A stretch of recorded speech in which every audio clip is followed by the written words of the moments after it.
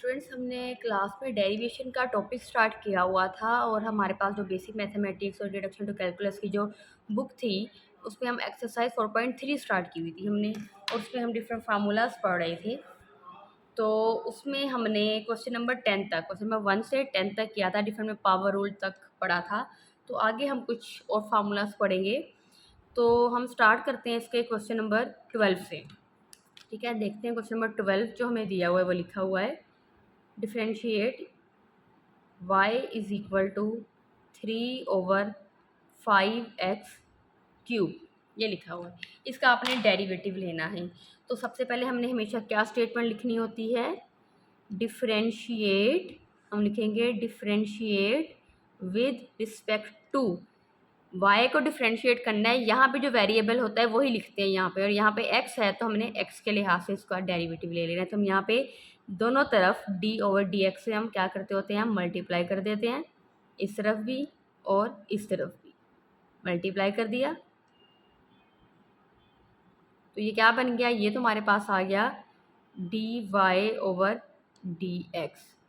तो यहाँ पे हम क्या करेंगे, यहाँ पे हमारे पास आ गया डेरिवेटिव लेंगे। ठीक है, तो नॉर्मली क्या होता है कि जब भी हम डेरिवेटिव लेते हैं, हमने पढ़ा था जैसे हमने डेरिवेटिव लेना था x² का, तो देखिएगा जिसका भी हमने डेरिवेटिव लिया था ना वो टर्म ऊपर थी, तो हमने पावर रूल लगा दिया, क्या था पावर नीचे, वही वेरिएबल दोबारा लिखा, पावर में से एक माइनस कर दिया।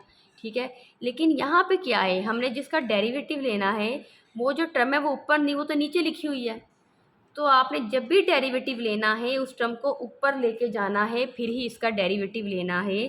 तो देखिए एक तो आपने भी डेरिवेटिव लिया नहीं, तो आप यहाँ पे डी और डी एक्स साथ में लिखेंगे और क्या करेंगे, 3/5 तो कांस्टेंट है ना, साथ में मल्टीप्लाई और तो मल्टीपल कांस्टेंट, तो x की पावर जो 3 है इसको आप ऊपर शिफ्ट करेंगे तो ये पावर -3 बन जाएगी।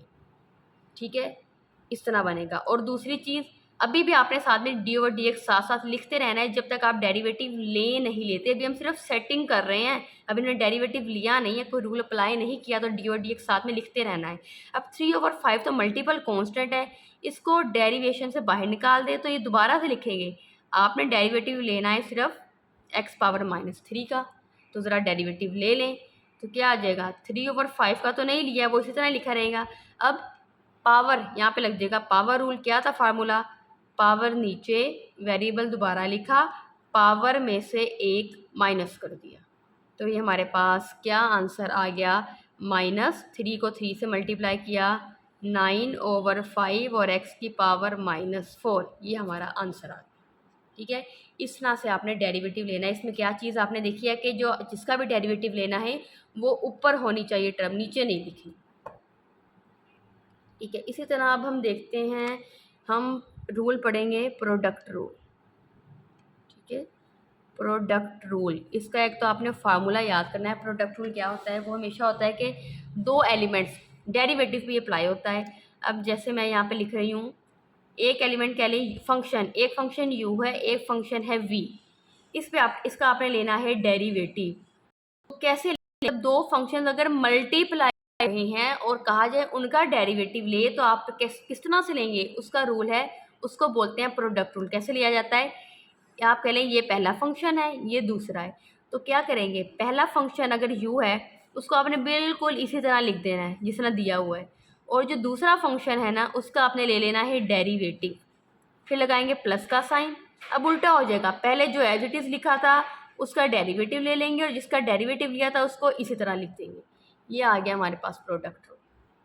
तो चलें, इसी से रिलेटेड हमारे पास है क्वेश्चन नंबर 14। हम देखते हैं, हमें दिया हुआ है y is equal to 2 - x - 3 × x⁴, और ये ब्रैकेट लिखी है, ये पूरे का पूरा एक फंक्शन है, इसके साथ दूसरा फंक्शन मल्टीप्लाई हो रहा है, 10 + x - 4x³, ये हमारे पास आ गया दूसरा फंक्शन। तो चलिए हम देखते हैं हमारे पास यहाँ पे किस तरह से होगा। सबसे पहले तो वही स्टेटमेंट आप यहाँ पे लिखेंगे, differentiate with respect to, x यहाँ पे लिखा है तो x के रिस्पेक्ट आप डेरिवेटिव लेंगे। अब आपको पहले ही मैं बता दूँ इसके दो मेथड्स हैं, लेकिन अभी क्योंकि हम प्रोडक्ट रूल पढ़ रहे हैं तो हम पहले वही देखेंगे। दोनों तरफ आपने d/dx से मल्टीप्लाई कर दिया, तो ये तो बन गया dy/dx। तो यहाँ पे आपने अप्लाई कर दिया, ये दो फंक्शंस आपने लिख दिए। एक आ जाएगा पहला फंक्शन और ये आ गया दूसरा, इन पे इकट्ठा अप्लाई हो। ब्रैकेट्स का आपने एक तो ख़ास ख्याल रखना है। अब इस पूरे को कह दें ये पहला फंक्शन है, इस पूरे को कह दें ये दूसरा फंक्शन है, तो इसके according first function as it is लिख देंगे ब्रैकेट के साथ। ब्रैकेट अगर आपने ना लगाई पूरे का पूरा सवाल गलत हो जाएगा आपका, तो ध्यान रखिएगा। पहला function as it is, derivative of second, क्या करना है, दूसरे का आप लेंगे डेरिवेटिव। इसको पहले ऐसे बना के लिख दें कि आप डेरिवेटिव लेंगे। अभी आपने डेरिवेटिव का फार्मूला अप्लाई किया, डेरिवेटिव यानी फिर हमारे पास है प्लस का साइन, फिर हम क्या करेंगे प्लस।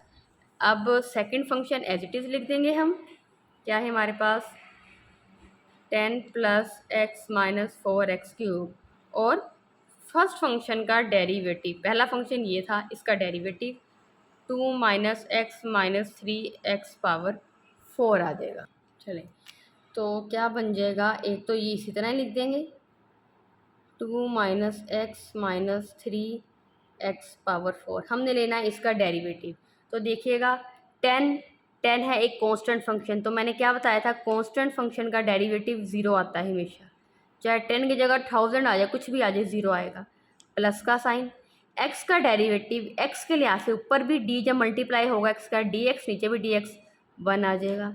आगे माइनस का साइन, 4x⁴ के साथ मल्टीप्लाई हो रहा है, तो 4 का डेरिवेटिव तो नहीं लेंगे, 4 बाहर आ जाएगा। आपने x⁻³ का डेरिवेटिव लेना, तो यहाँ पर लग जाएगा पावर रूल। कैसे लगाते हैं, पावर नीचे और पावर में से एक माइनस, ये आपने इस टर्म का डेरिवेटिव ले लिया। अब प्लस का साइन, अब ये तो इसी तरह लिख रही है ना, क्योंकि इसका तो डेरिवेटिव है ही नहीं यहाँ पे। अब इसका डेरिवेटिव लेना है, तो देखिएगा 2 एक कांस्टेंट टर्म है, कांस्टेंट टर्म का डेरिवेटिव 0 का साइन, x का डेरिवेटिव x के लिहाज से 1 -3 मल्टीप्लाई हो रहा है, तो माइनस ना x की है 4, लग जाएगा पावर 4x पावर में से एक माइनस, तो ये बन गया डेरिवेटिव ले लिया। अब सिर्फ प्लस माइनस कोई टर्म्स कट होती है, आपने सिर्फ वो करना है।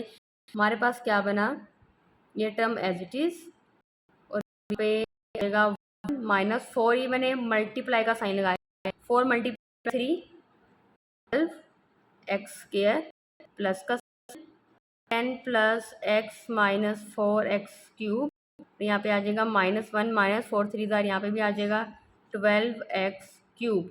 अब इनको मल्टीप्लाई करते हैं, हर टर्म को 2 को जो मल्टीप्लाई करेंगे तो हमारे पास आ जाएगा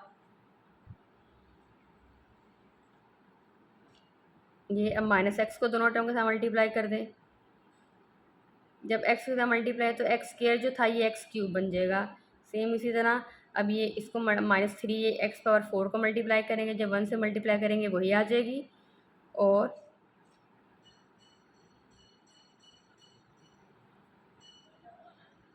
x⁴ x⁴ हमारे पास x की पावर आ जाएगी 6। इन दोनों टर्म्स को हमने मल्टीप्लाई कर लिया, आगे है प्लस का साइन। अब इन दोनों टर्म्स को मल्टीप्लाई करेंगे, हमारे पास आ जाएगा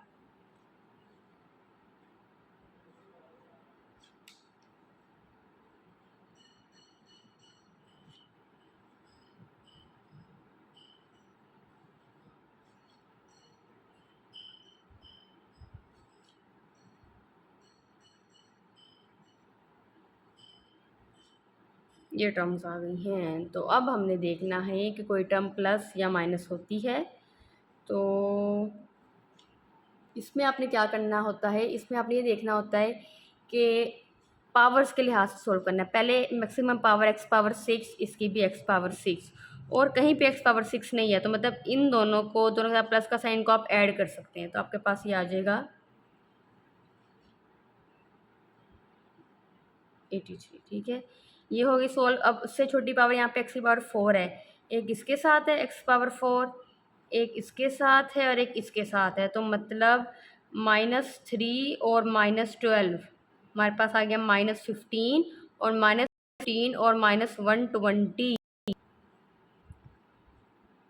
-135 x⁻4।